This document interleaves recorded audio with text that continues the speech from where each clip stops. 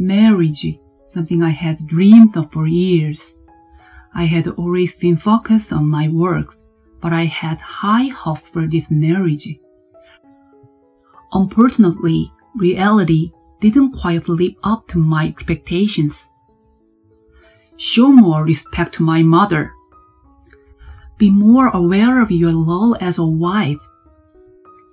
I do my best with the housework every day, but I'm treated so unfairly by my husband and mother-in-law. This isn't the marriage life that I had envisioned. I determined to break free from this situation no matter what it takes. My name is Eileen and I'm 33 years old. I have been single until recently. I wasn't particularly keen on getting married, and after graduating from college, I was fully engrossed in my work. Before I knew it, I had turned 33 while my friends were getting married one by one and even having kids. I met Isaac through a friend and we decided to get married after only 3 months of dating. Isaac is the same age as me and seemed to be in a hurry to get married too. Did we rush into things too quickly? Sometimes I wonder. But we've been enjoying a peaceful marriage life without any major arguments. It was a day that had been about 6 months since our wedding. My mother-in-law, who lived with her mother-in-law, had hurt her back. My grandmother-in-law had already had weak legs, so my mother-in-law had been taking care of her. We received word that my mother-in-law had hurt her back, and my husband and I had a talk about it. And so we decided to live with my in-laws. To be honest, I had thought we'd end up living together eventually, even before we got married. But I never thought it would happen so soon. My husband seemed to sense my unease and said to me, "My mom and grandma are both kind. You don't have to worry too much." When he went to give our wedding greetings, my impression of my mother-in-law and grandmother-in-law wasn't that bad. That's why I wasn't particularly worried about suddenly deciding to live with them. On moving day, when he arrived at my in-law's house, my mother-in-law greeted us with a big smile. "Welcome, both of you. Please make yourself at home. Thank you very much for having us. We appreciate it." After exchanging greetings, we entered the house and placed our luggage in the designated room before heading to the living room together. But my mother-in-law suddenly stopped us in our tracks. "Hold on, Eileen. What are you doing sitting down? I need you to clean the house, please." "Clean?" "Yes, clean. The cleaning supplies are next to the entrance. Just give the entire house a quick clean, will you?" My mother-in-law gave me instructions with a smile on her face as if it was the most natural thing in the world. How could she ask me, a guest who just arrived, to clean the entire house on the first day? And she didn't seem to feel any sense of apology either. But it was the first day, so I reluctantly followed her orders and began cleaning. My mother-in-law checked on me periodically and made sarcastic remarks about my work. "You need to polish this more thoroughly. There's still dust left. Are your eyesight that bad, Eileen?" Each time I felt irritated, but I told myself that she must have been in a difficult position, unable to clean herself due to her bad back. So I endured it, and did as I was told on that day. One day, I heard my mother-in-law screeching. "I take care of my mother-in-law and the household chores. That's why we started living together, right? So why are you still working? What's the matter?" Even though she said that, I was in a bind too. Besides, I never said I was quitting my job. Just then, my husband, who was listening next to us, interjected. Calm down, Mom. My salary isn't that high. And to be honest, we are grateful for Eileen's working. We'll be able to cover your and Grandma's expenses with our combined incomes. Well, that may be true. His mother responded, her voice trailing off. Thank goodness. If my husband could keep his mother from making a scene like this, I could continue living with them without any problems. Just as I was thinking that, something happened. Well, Irene is a capable woman. She'll be able to handle work and take care of everything at home too. Huh? At his unexpected words, I couldn't help but double-take at my husband. Wait a minute, wasn't he supposed to support me? On top of not being able to slack up at work, now I'm expected to cover the living expenses of my in-laws and do all the housework every day? Ignoring my confusion, Isaac beams at me and asks, It's alright, isn't it, Eileen? Even his mother nods in agreement, looking satisfied. Well, if Isaac says so, it's fine. Eileen, it's okay to keep working, but please make sure to take care of the house too, okay? With those words, they make it clear that they expect me to handle everything. Even if I insist that I'm busy with work and need help with the housework, neither my husband nor my in-laws offer to help.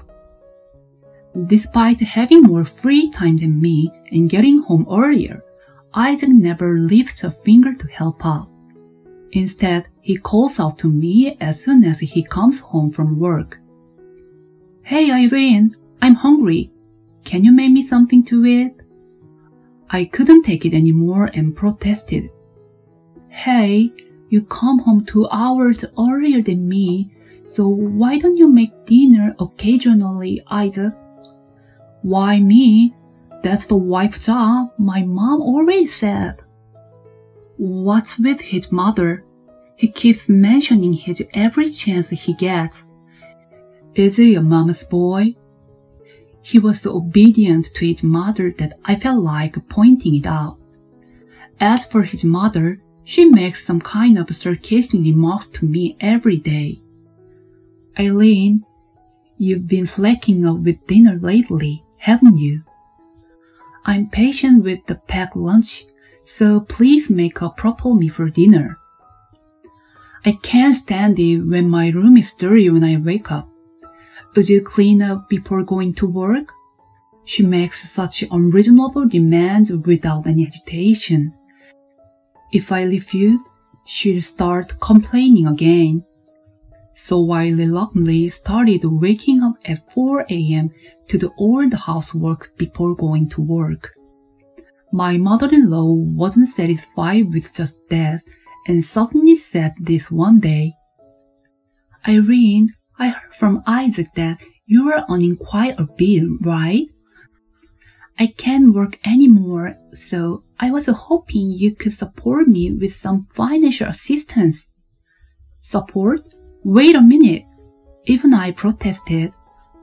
Our living expenses have increased more than ever, and I don't have the luxury to support you financially, mother-in-law. What are you saying? You got promoted and your salary increased, didn't it? I know everything from Isaac. Anyway, how about $500 this month? That's reasonable, right? No way! At first, I refused to give her money no matter what, but my mother-in-law persistently demanded money from me. In the end, she even began to tell outrageous lies. Irene, when are you going to give me the money you promised to support me every month? You said you wanted to help me, didn't you? What? Wait a minute. I never said anything like that. Huh? Irene, is that true? Then you should pay my mother properly. My husband, who had been listening to the conversation, interrupts. Well then, Irene, I'll leave it to you. From then on, it was like living in hell. If I didn't obey my mother-in-law, she always verbally abused by my husband and my mother-in-law, who called me things like lazy, slow, and failure. Honestly, I wanted to run away, but my pride wouldn't allow it. At 33, I had finally got married, and I had received so much congratulation from my family and co-workers. I couldn't bear the thought of getting divorced after such a short time. As a protagonist in this story, I continued to work while struggling with my feelings. However, I collapsed from overwork while on the job. My husband and mother-in-law didn't come to visit me in the hospital, but instead sent a cold message that said, "Get out of the hospital quickly and take care of things at home." I probably became weak from collapsing. Even though it was tough, I endured it. While feeling down alone in my hospital room, my boss came to visit me. "What happened? It's not just because of work, is it?"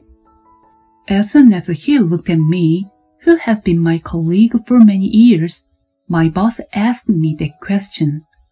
I couldn't hide anything from him. I told my boss everything about my situation. I wake up at 4 in the morning and take care of everything at home before going to work, so I think it's because it's been accumulating fatigue.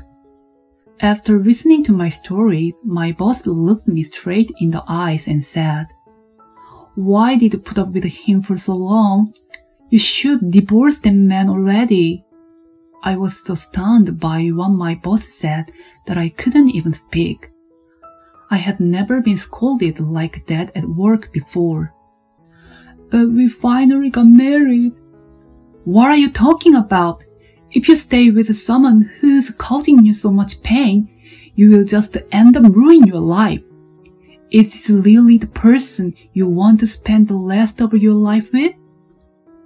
My boss's word hit me hard.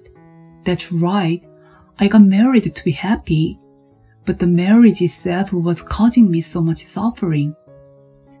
"You're talented and a good person. You're not a failure.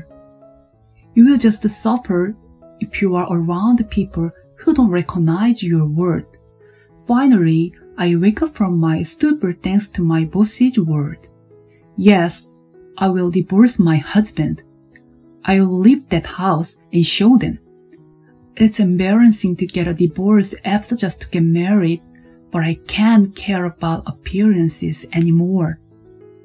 However, I don't want to just get a divorce. I've been through so much suffering. I need to get some revenge. After discussing it with my boss, I came up with a plan. To execute that plan, I decided to live with my in-laws for 2 weeks after I discharged from the hospital just like before. I'll get my revenge on them like they've never seen before. For the past 2 weeks, I have endured unreasonable treatment from my husband and mother-in-law, and now the day of reckoning has arrived. It's my grandmother-in-law's birthday, and many relatives will gather at my in-law's house. As instructed by mother-in-law, I've prepared dishes to serve to everyone. After finishing all the preparation, I started getting ready to leave this house. When it was time, the relatives arrived and the meal began. My room is across from the living room, so I could hear my mother-in-law complain very clearly. "Honestly, where is our daughter-in-law, and what is she doing? Everyone is here now." The relatives asked the question one after another. "Eileen is living with you, right? That's great." "Right? But that girl can't do any house chores. In the end, I end up doing everything." "Oh, really? That must be tough." She's so lazy and slow. She's really becoming a nuisance. I think it's time to call Eileen, Isaac said to his mother. Following his word, my mother-in-law came to my room. Hey, Irene, everyone is gathered. Come on, bring your suitcase and head to the living room. As instructed, I carried my suitcase and headed to the living room. After my husband saw my situation, he asked me loudly, "What's the package?" I answered loudly enough for everyone to hear. "This? It's just a package that I'm taking with me when I leave." My mother-in-law panicked and interjected, "What nonsense are you talking about? This is just like you." Without giving anyone a chance to respond, I played the voice recorder that I had with me. There were plenty of recordings of my mother-in-laws and husband berating me. "Your wife is such a loser. Why did you even marry her?" I was desperate at 33, so I just picked her up, but she's completely useless. "Why don't you remarry a young girl who can work more efficiently?" "Yeah, that's a good idea." When my mother-in-law listened to the recording, her face turned pale. "Hey, what's this all about?" The relatives began to stir and speak up. "Is that Isaac boy? Irene, were you bullied by them?" "I mean, isn't it terrible to say such things to someone who's living with you?" One after another, the relatives listened to the recordings and began to get angry, leaving my husband and mother-in-law with no choice but to bow their heads. As you all heard, I have had enough. Despite my best effort, all I have received are insults and criticism. Therefore, I have decided to leave. "Hold on, Irene. Please calm down." But it is too late. My mother-in-law's attempt at calming me is in vain. "I'm calm. It's you who should calm down. If anyone should be worried about the truth being exposed to our relatives, it should be you." My pointed remarks caused my mother-in-law to blush and look down. Then my husband speaks up, looking frustrated. "Irene, this is a joke, right? I never mean to insult you. I just wanted you to be a good wife." "A good wife? Is waking up at 4 a.m. every day and handling over $1,000 to my mother-in-law each month what makes me a good wife? Then I don't want to be a good wife. I would rather be alone for the rest of my life." But as they listened to our conversation, the relatives started murmuring among themselves. "She hands over $1,000 every month? That's terrible." Amidst the whispering, my husband is shedding tears. But at this point, there is no room for sympathy. "Goodbye. I will contact you later regarding the divorce." With those words, I leave my in-law's house. Afterward, I proceeded with the divorce proceedings at the law firm. The verbal abuse on the voice recorder served as evidence, and I also succeeded in claiming compensation from my mother-in-law and husband. They received criticism from all our relatives and were even estranged from the family. Furthermore, it was my grandmother-in-law's birthday on that day. When she found out about everything, she was livid and kicked my mother-in-law and husband out of the house. Now, my husband and mother-in-law live in a run-down apartment with a measly salary, and it seems their life is quite difficult since they have to pay me compensation. Serve them right. They got what they deserved. On the other hand, my stresses seem to have been relieved, and my physical condition have greatly improved. I go to work every day and am more focused on my duties than ever before. My boss recognized my effort and even mentioned the possibility of the promotion. Now there is an epilogue to this story. Actually, my boss proposed to me later. The truth is, I had feeling for you for a long time. That's why he even visited me when I was hospitalized. Many things suddenly made sense. However, I declined the proposal. I have stopped obsessing over marriage. Right now, I want to cherish things that I can devote myself to and live day by day.